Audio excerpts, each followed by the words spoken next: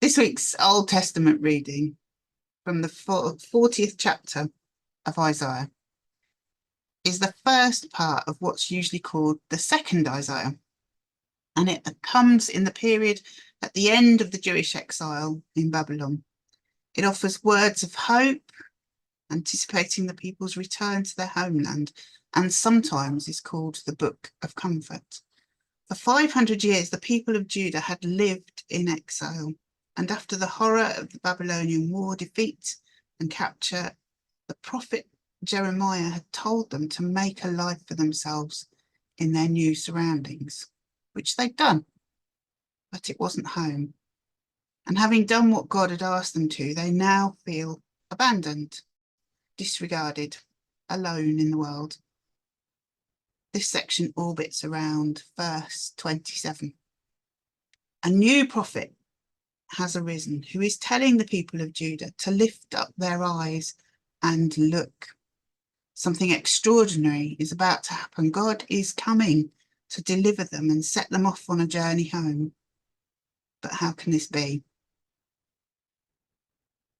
Babylon, like all empires, looks impregnable, disregards the people that it's taken into exile. But the wheels of history are turning. Assyria is rising and Babylon is about to be swept away. When that happens, these sorrowing exiles need to be ready to make the long journey home. Some people are asking, how can this be? So the prophet tells them to get ready. God will strengthen them for the journey if they look to him. Isaiah was writing to a nation that had suffered and was still suffering. In his reflections addressed to the people of Israel, he's treading a line between getting impatient and doing that leadership thing of saying, pull yourselves together. But because not everyone was ready to move on, he was kindly supporting those who continued to struggle with their loss of homeland. He acknowledges the pain of those who feel abandoned. And this is a difficult emotion for humans to live with. It can feel overwhelming and all-consuming, stopping us from living in the here and now, or thinking about the future. For the community that Isaiah was writing to, they felt communal abandonment by their God, when their relationship with God had been the spiritual glue that held them all together in good times and bad.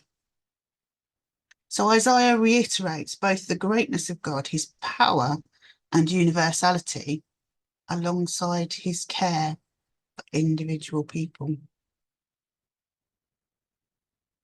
The Gospel of Mark is writing in a very different time and a different spiritual context, but also trying to change the mindset of the people he's writing for, and probably helping us to think differently about our situation and what we need to do.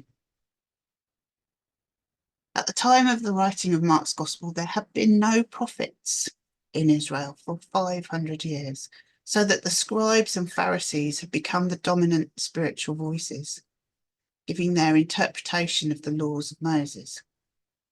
They spoke with deference and using other scribes and Pharisees to back up their interpretations. Jesus came and spoke in a very different way. His delivery and his message both sounded different. He brought his own authority and power with an awareness of the vulnerable in society. Jesus uses his power to heal and bring a narrative of forgiveness to everyone he meets. And then verses 35 and 39 sound like a man on a mission. Get up to pray early. Tell your friends we need to go to nearby towns and proclaim the message. Mark's Gospel has a power and a pace and urgency about it that is different to the other Gospels. And this is Mark's key message, that Jesus is the person with authority and power. And his urgency to share the good news about the love of God for all is something that we need to take into our hearts and share across our lives.